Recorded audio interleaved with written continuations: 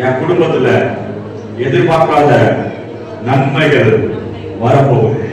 அல்லேலூயா சொல்லுங்க. கரங்களை தட்டி ஆண்டவர் நாமத்தை மகிமைப்படுத்து. 30 நாள் 30 பக்கத்துல கை கொடுத்து 30 நாள் உங்க குடும்பத்துல எதிர்பார்க்காத நன்மைகள் நடக்க போகுது.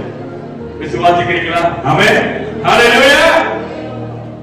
யூதாவே, அதுதான் ஆண்டவர் சொல்ற அந்த வார்த்தையே பேசிட்டே இருப்பான். யூதாவே, உனக்கு அறுப்பு காலம் நேரிட்டது.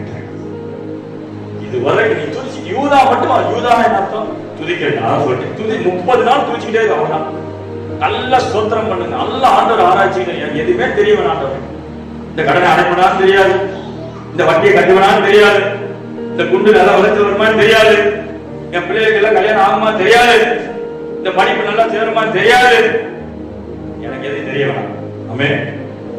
மட்டும் தெரியும். நீங்க போதும். அல்லேலூயா சொல்லுங்க. நீங்க போதும். அல்லேலூயா.